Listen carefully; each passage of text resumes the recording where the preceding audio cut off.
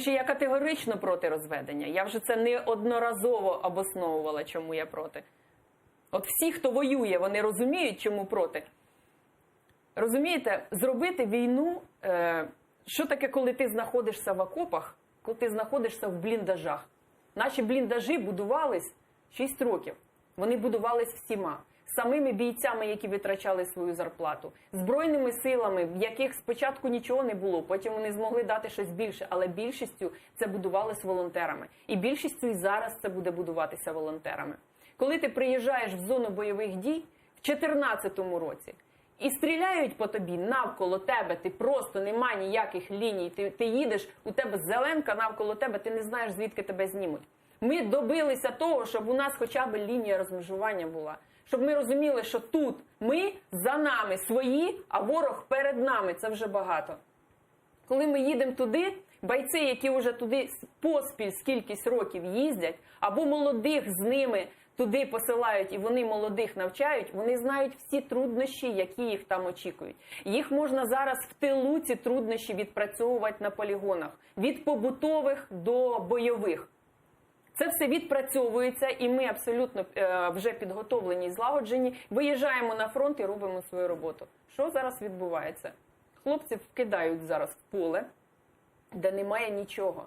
І зараз замість того, щоб вони витрачали свої сили на опір ворогу, вони будуть витрачати свої сили і ризикувати своїм життям, поки вони намагатимуться побудувати оцю нову лінію оборони.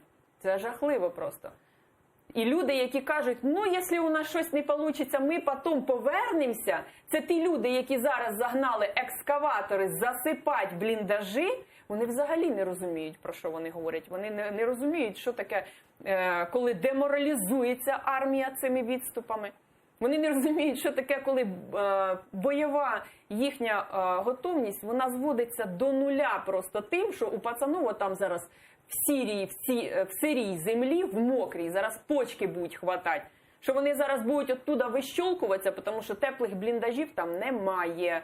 Тому що ті окопи 2016 року, про які вони говорили, ми прості окопи їздили на передову на Маріупольському напрямку, якраз коли були вибори.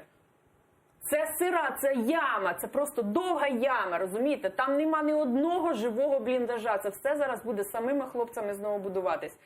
Уявіть собі бійців, левова частка, вже й молодих, які приїжджали, ось я приїжджала з бійцями кінець 2018 року, початок 2019. Молоді бійці, вони ще не були.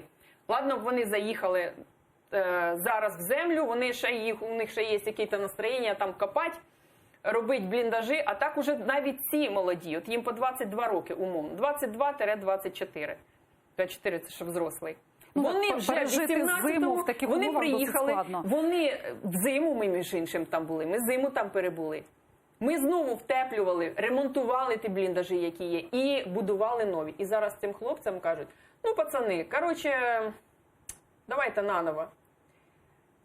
Це масштаб роботи такий, що хлопці, розуміючи, що вони відступають, вони не просто, якби давайте наново там, ми йдемо кілометр вглиб, ми наступаємо. Вони в землю гризли, взимку, в будь-яку погоду. А відступати і давайте наново, це знищувати просто свою армію. Це послаблення обороноздатності.